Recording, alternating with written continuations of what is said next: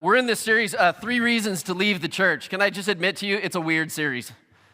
I mean, the pastor's going to give me 3 reasons why you and I should not just leave this church, but leave the church and never come back. We should give up our faith in Jesus Christ if these 3 things are true. Now, you've already figured out by now, because we're in week 3, right? By the way, weirder is it's going to take me 4 weeks to get through a series called 3 Reasons to Leave the Church.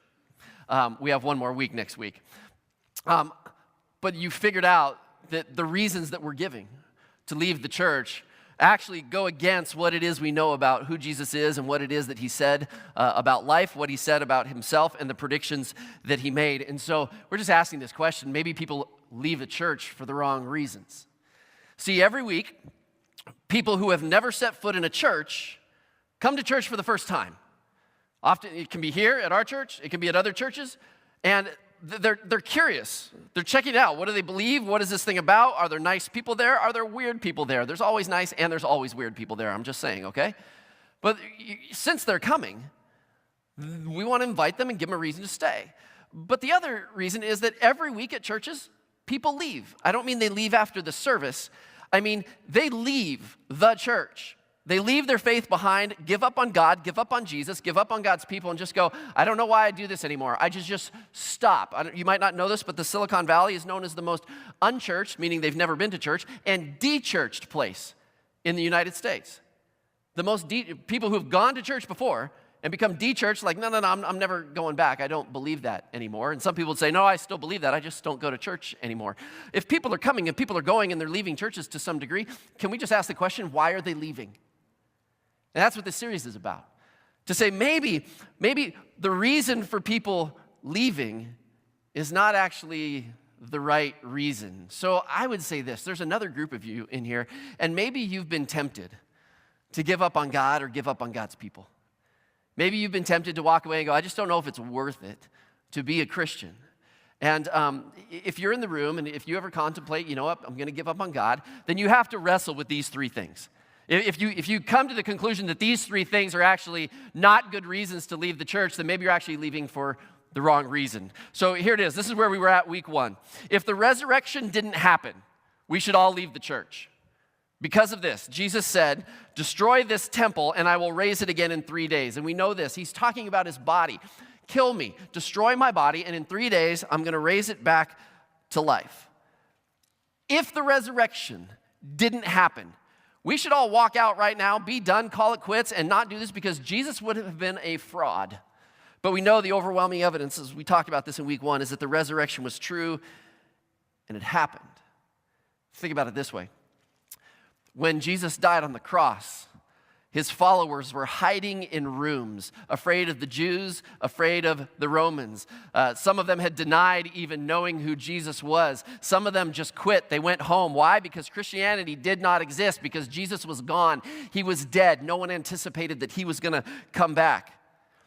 And 40 days later, some of the leaders of the Christian group, some of the leaders were standing in front of the same Jewish council that condemned Jesus to death, fearlessly defending that Jesus was God's son. Why? What happened? What was the thing that launched and started the church, that turned some fearful group of followers into passionate, fearless followers? It was the resurrection of Christ. So if the resurrection didn't actually occur, we should just leave the church. So reason number 2, we should leave the church if Jesus promised a non-suffering life. Here's what we know about the first 300 years of the church, covered in blood. Christians were killed left and right by Jews and Romans both. If Jesus promised, hey, if you follow me, life is going to be great, it's going to be grand, it'll be easy, it'll be comfortable. Everyone you tell that you're a Christian, you're a follower of Jesus, they're going to embrace you with love, harmony, and peace. If he promised that, then he's a fraud. But he didn't. Jesus said things like this, then you will be handed over to be persecuted and put to death, and you will be hated by all nations because of me. He predicted that not just his immediate followers, but all around the world, horrible things would happen to believers. Now, just remember last week we talked about this. It is really difficult for me to claim that we are suffering in the Silicon Valley for Christ. We're not. We're mildly uncomfortable at times because of our Christian faith. But people around the world, still today, depending on where they live, are suffering in the name of Christ for their faith. There's also the kind of suffering that says, you know what, bad stuff still happens to God's people. And God promised that. He didn't promise it would be safe, comfortable, or easy. He's promised that he would be with us.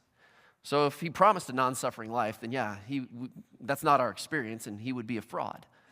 But he promised it would be hard. So reason number 3 brings us to this week.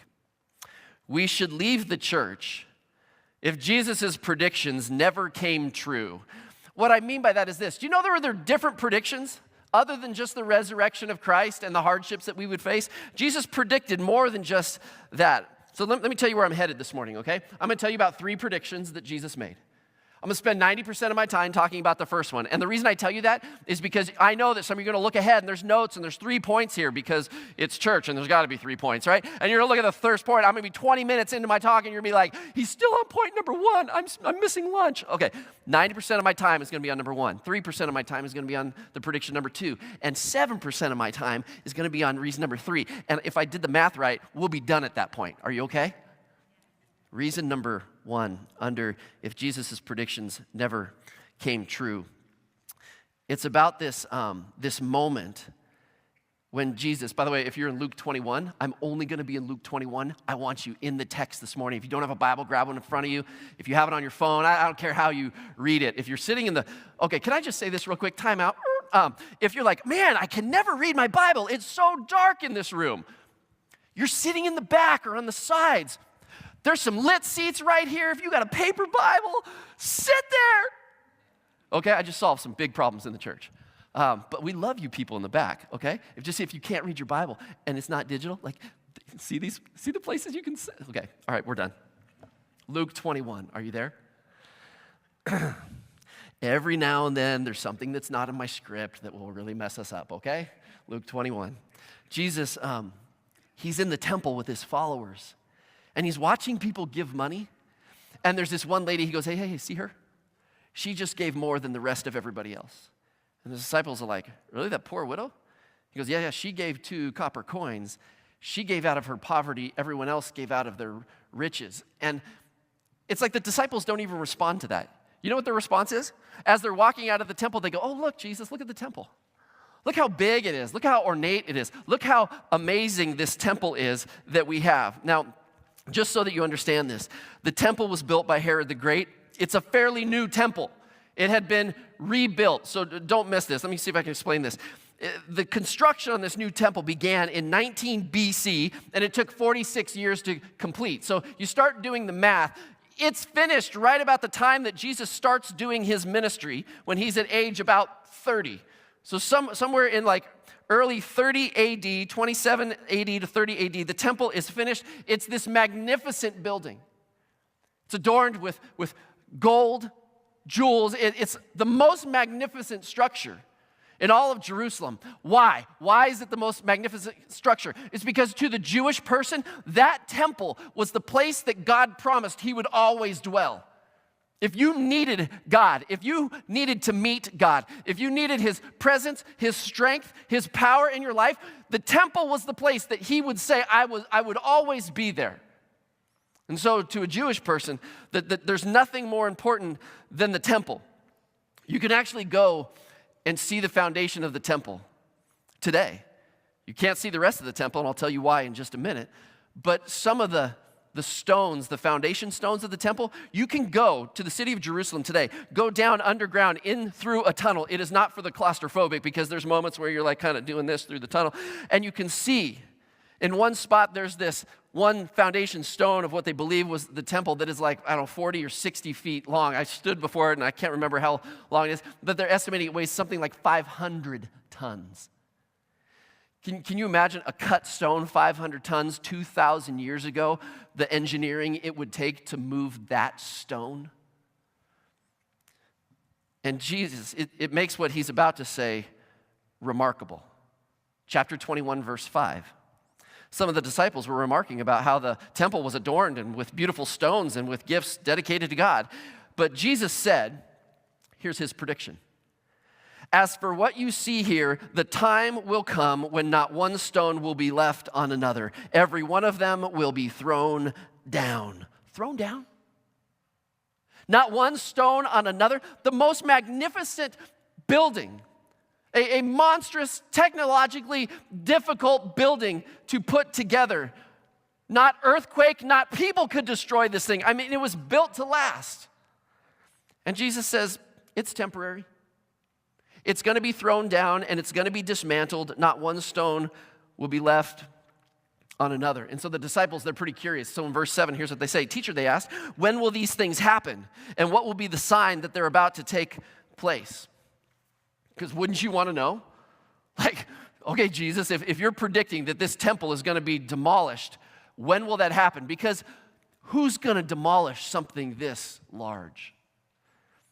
Jesus actually doesn't answer their question right away. He actually addresses three other things first and then eventually gets to that. And let me see if I can explain some of this to you. In verses 8 and 9, he tells of a time that is coming where people will claim that they're from God and claim victory and freedom for his people. What he says is this: be aware, there are going to be people, leaders who are coming, who will claim to be from God, claiming to free you from oppression. Don't believe it and don't follow them. Around 60 AD, 30 years after Jesus was resurrected, the Jews felt this oppression once again from the Roman Empire, who taxed them excessively. And rising out of this Jewish population were these violent rebels who fought against the Romans. It didn't start as an all-out war. It started out with these small groups of Jewish rebels that would attack small groups of Roman soldiers, because you don't attack a whole Roman army. You'll be destroyed. But they would rise up, and at first, it's just these mobs of Jewish people attacking people. But in 66 AD, if you check the biblical source known as Wikipedia, all you have to do, and I actually gave you a website, I think in your notes, go look it up. Compare what Jesus is about to say with Wikipedia as to what this thing that was known as the 4-year Jewish War, or the Jewish War against the Romans, or the Judean War, known as all three of those things, or look up the siege of Jerusalem. If you start comparing what Jesus said to what happened in this war, what you will find is this: Jesus predicted the destruction of the temple with amazing accuracy. So in 66 AD, it became this all-out war known as the Judean War, or the Jewish War against Rome.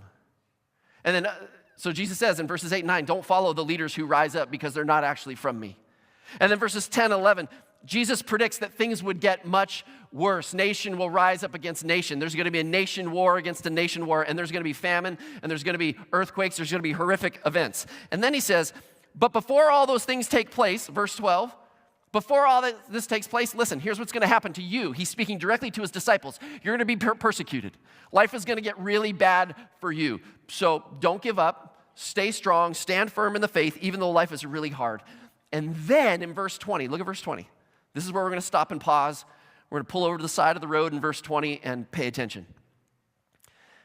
Jesus answers their question, because their question was what? When will this take place? And verse 20 begins this way: when you see Jerusalem being surrounded by armies, you will know that its desolation is near. When the armies encircle Jerusalem, don't think that there's a victory coming. The end is coming. So listen to this.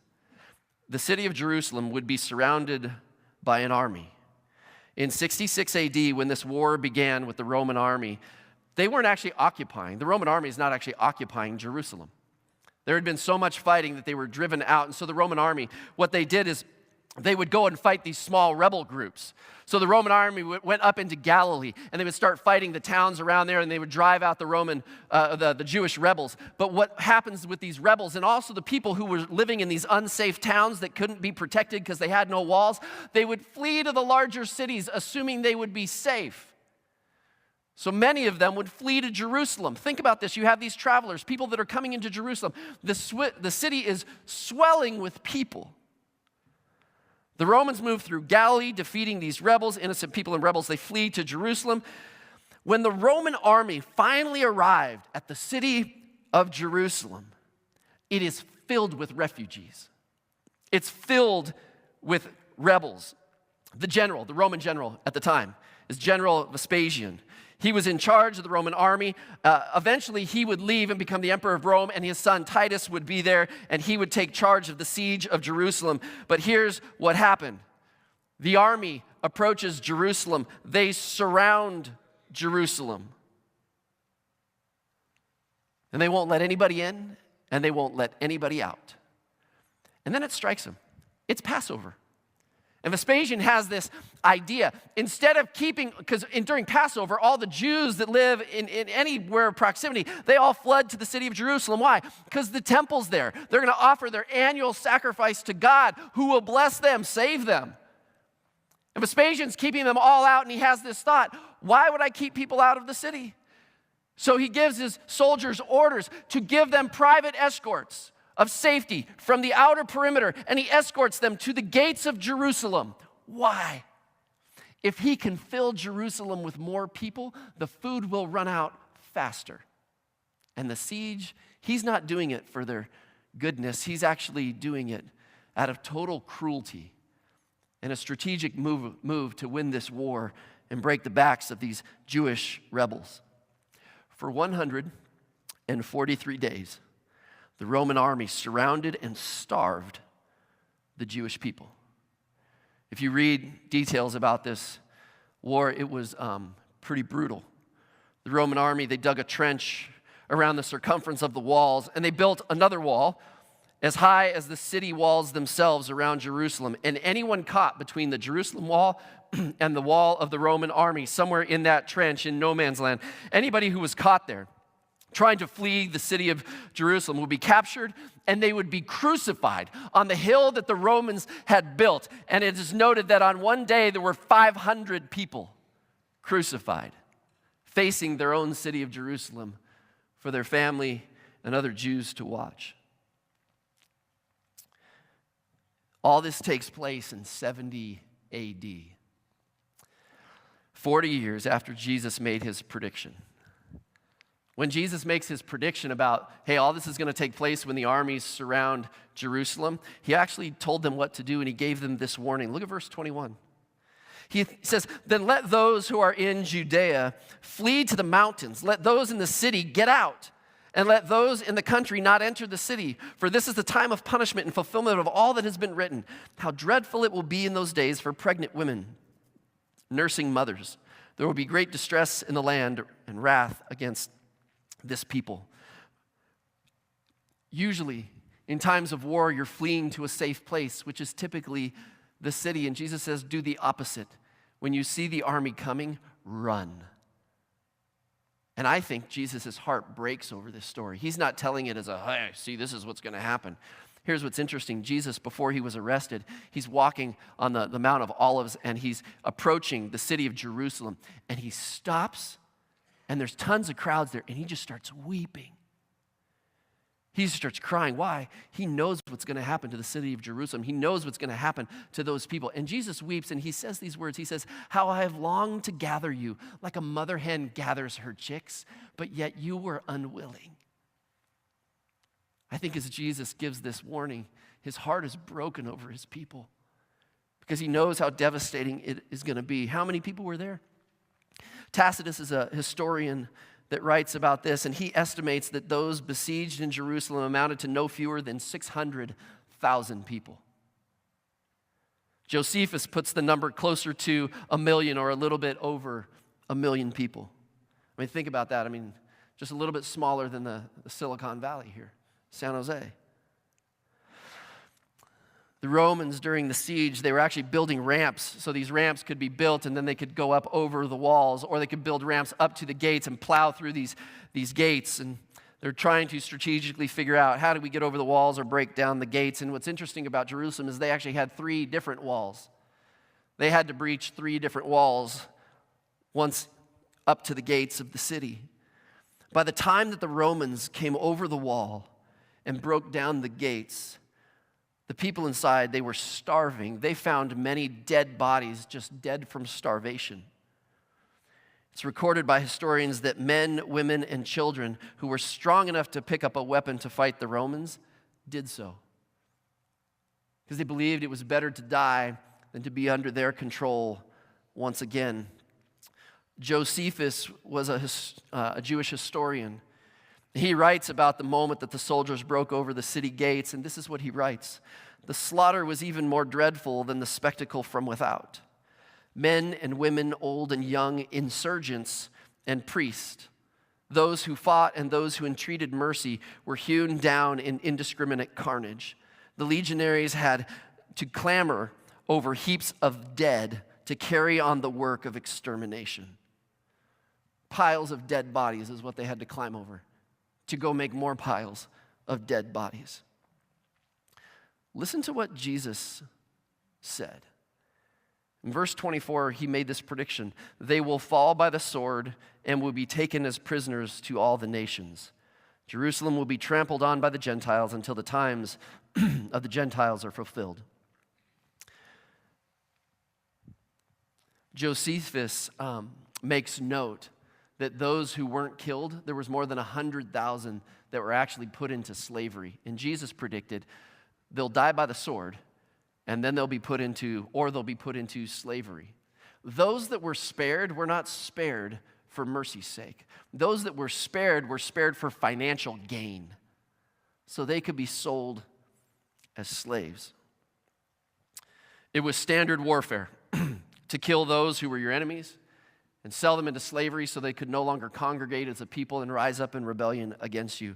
But what was not standard warfare was what happened next. And historians differ on how it actually took place. Somehow the temple catches on fire. Whether Titus, Vespasian's son, ordered it, or whether he didn't order it and people just started burning, the Roman soldiers just started burning the city. Somehow the temple ends up on fire because as the first wall is breached and the second wall is breached and the third wall is finally breached, the last rebels retreated to the temple to fight right outside the temple, their most precious sacred place.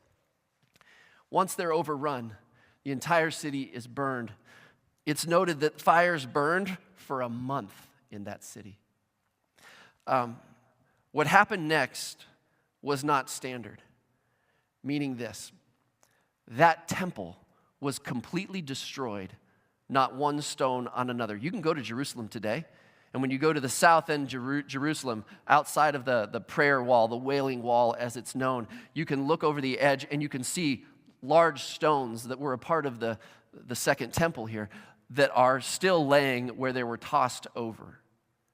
It took an army to destroy that temple. Now, it's also believed that the fires raged for so long. And remember what adorned the temple? Gold. And the fires were so hot that the gold that was around this temple actually would melt and go into the cracks of the stone. And the only way, once the fire had cooled, to recover the gold was to take it apart stone by stone. So they're not sure if it was Titus's orders to destroy the temple or some people were just trying to get to the gold and the whole temple was destroyed. But we know this: the temple was destroyed in 70 A.D., 40 years after Jesus predicted that it would happen. Jesus makes predictions that things will happen in the future, and he predicts the destruction of the temple with unbelievable accuracy. By the way, why would God allow his temple to be destroyed? It was built to honor him. Originally, it was built to honor him. It was the place where God was there with and for his people. And I'm going to say this: the reason I think the temple was destroyed is because something greater than the temple came. The book of Hebrews lets us know that Jesus is greater than the temple. Why? Well, because the temple was the place where God dwelt. When Jesus came to earth, suffered and died on a cross and was resurrected, and then the Holy Spirit comes, the presence of God was available to anyone, not just Israelites. Jesus didn't come to save just Israelites. He came to save the whole world. God's presence was now so much bigger than the temple. He promised not to be in a temple. He promised to be with whoever was a follower of Christ. There was something better ahead of them. If Jesus, listen to this, if Jesus made a series of predictions that did not come true, then he cannot be trusted. Are you with me? But if he made predictions about what would happen with the temple, what would happen with the resurrection, and they came true, then he could be trusted as the Son of God who died on the cross for our sins. There's 90% of the message. You okay? Let me give you the 3%. I'll put it this way. The temple that everyone thought was indestructible alongside this temple is this very fragile thing that should have been easy to destroy. And the thing that they thought was indestructible, the temple, was destroyed. And the thing that they thought could be easily wiped out, no one has been able to destroy because Jesus predicted that it would survive and thrive. Number 2 prediction, Jesus predicted the success of the church. Do you remember when Jesus asked the question when he was with his followers? He says, hey, who do people say that I am? They gave him a bunch of answers, and Peter finally said, you are the Christ. You're the Messiah, the Son of the living God. And he says, Peter, you got it right. Congratulations. And then he said, Peter, upon you, I tell you that you are Peter, and on this rock I will build my church, and the gates of Hades will not overcome it. Peter, on that statement that you just made, because of what you just said, because I know it is true, I'm going to build my church. And it's going to be this kind of solid rock, not like the temple that you guys think is so indestructible, but the church is going to become a group of people that no one can wipe off the face of the earth. Not hell can wipe it out. And the miraculous part about that is it's a couple hundred followers that is sandwiched between the Roman Empire and the Jewish nation who both want to wipe out the church. And Jesus promises that fragile thing of a couple hundred people, no one can destroy it. And look where we're at today. It's estimated. Now, when I say estimated, I know it's actually not true because I think it's much less than this, but some estimates are as high as a third of the people on our planet claim to be followers of Jesus Christ. A third. It's the largest religious movement on the face of the earth. Can you imagine? Talk about the success of a startup. Jesus predicts this startup that we have going, not even hell can wreck it. And it's an interesting prediction when you think about this temple you think is so big and so strong, and this church that you think is so small and so fragile. The fragile thing will survive, and the thing you think is so strong will be wiped out.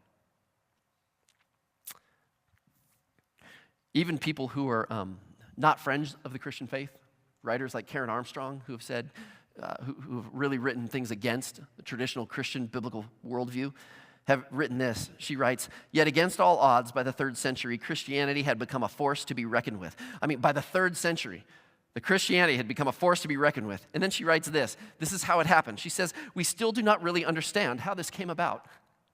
See, someone who doesn't believe in the resurrection can't figure that out. Well, I can just tell you, it's because of the resurrection of Christ. These people just said, I'm not starting my religious beliefs because of a philosophy or because of a teaching. I'm starting it because of the actual event of the resurrection itself. And when Jesus predicts that it's going to survive, it's going to thrive. Let me give you a third prediction, and we'll end with this. Jesus predicted how his followers would be recognized. How will they know that you belong to me? How will they know that he didn't use the term Christian, that term didn't even exist, but how would they know that you're one of mine? And he gave them this statement. In John 13, he says, a new command I give you. Here it is, crazy command, ready? Love one another. As I have loved you, so you must love one another. So you don't get to define love on your terms. He says, define love on my terms. The same way that I have loved you, my followers, love one another. And then he makes this statement, by this everyone will know that you are my disciples if you love one another. In the future, the identifying mark that you actually belong to Christ, that you are a church who is following Christ, and I don't mean a building church, I mean a gathering of people. If you are a gathering of people who truly are following Christ, the signifying mark is this: you're going to love each other in a really extravagant way that other people around the world just can't match. What does that have to do with why people leave the church? Write this down, it's in your notes. Most people don't leave the church because of Jesus. Stop for a minute. Most people don't have a problem with Jesus. Have you ever read through Matthew and Mark and Luke and John? And wherever Jesus was, there were crowds of people. Why? They liked Jesus. You don't go to someone who you don't like. There were crowds of people. People didn't have a problem with Jesus. The rulers had a problem with Jesus because he was undermining the power and the authority that they had. But the average person seemed to like Jesus, so there were crowds of people. Granted, they kind of went because he fed them fish and fed them loaves of bread and healed them and turned water to wine. I mean, I'd at least go check that out. It's not a very pastor thing to say, is it? Most people don't leave the church because of Jesus. They leave because of his followers. Don't. Look at me. Please don't understand this. I'm not wagging my finger at you. I'm not looking at you going, yeah. See, people don't have a problem with Jesus. They have a problem with you. No. Listen. They have a problem with me. I've done things, said things, hurt people, have been impatient with people. I have said things that were misconstrued, misunderstood. People said, oh, he doesn't have time for me. He doesn't like. I've stood in the way of people staying connected to Jesus. But I'm not alone in that, so have you. I mean, if you've come to be a part of a church and you've been there for 10 years and you're anonymous, you've done things to not demonstrate the love of Jesus because you can't claim to love people that you don't know. There's no anonymity in the body of Christ. We've all done things that have turned people off and kind of made their hearts cold towards Christ. Okay? There's not an innocent Christian in the room that hasn't done this. So let's just admit this. Some things that we have done and said over the years, we've offended people. And we can confess that to God, but let's not just do that. Let's get it right. Because Jesus said, look around. If there's followers of Christ in this room, the way the rest of the world is going to recognize that you actually belong to him is that we love each other with the same kind of love that Jesus had for his followers. If you've experienced the deep love of God, then express it to each other. I just wonder. I wonder if Jesus 2,000 years ago would know what our world would be like today. This is total speculation, okay? So don't write this down. This is just me pondering a theory. I wonder if Jesus would know that we in the Silicon Valley would be living, and not just the Silicon Valley, but North America, maybe even beyond that we would live in a culture that's so easily offended. Don't we live in a culture that's easily offended? You know why people are offended? Because you have a belief. Oh, I can't believe that you would believe that there's like only one Son of God, that only through Jesus can someone be forgiven and have an eternity with God? How exclusive of you. How narrow-minded of you. I get it. People are offended just by the truth that Jesus proclaimed himself, and they're offended by that. I totally understand that. By the way, it's not an excuse to be offensive.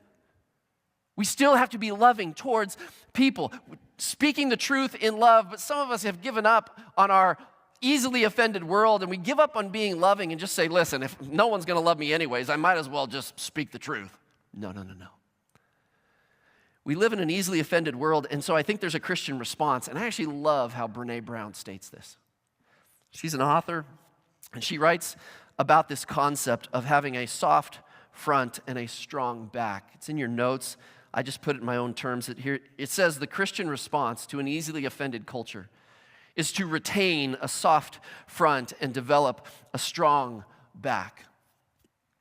Most of us start out with the idea of a loving community.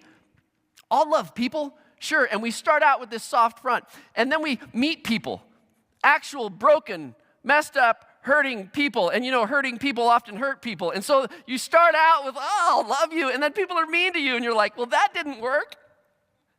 And instead of a soft front, we just flip it around, and we develop a strong front that says, I'm going to be tough and strong, and I'll let you in when I know that you're safe, when you've proven yourself to me. Then instead of embrace you, I'll hold you at arm's distance, and once I know that you're safe, that we're going to be okay, that I like you, that we have stuff in common. Having something in common with someone is nothing about the Christian faith. The Christian faith is all about so many people in so many different nations having nothing in common other than the resurrected Jesus Christ that we claim to follow, and those people loving each other. But even in this room with so much commonality, we have a strong front that says, I won't get to know you unless I trust you. Garbage. This soft front says, I will love you despite who you are. But yet when we get hurt, all of a sudden we get this strong front. You know, the only way to have a soft front is to have a strong back. The only way to have a soft front is have a strong back. It's kind of the equivalent of having thick skin. Don't be easily offended. People will say offensive stuff to you. It's okay, love them. They're trying to deal with growing up in a world that's so easily offended, and they're offended. Have a strong back.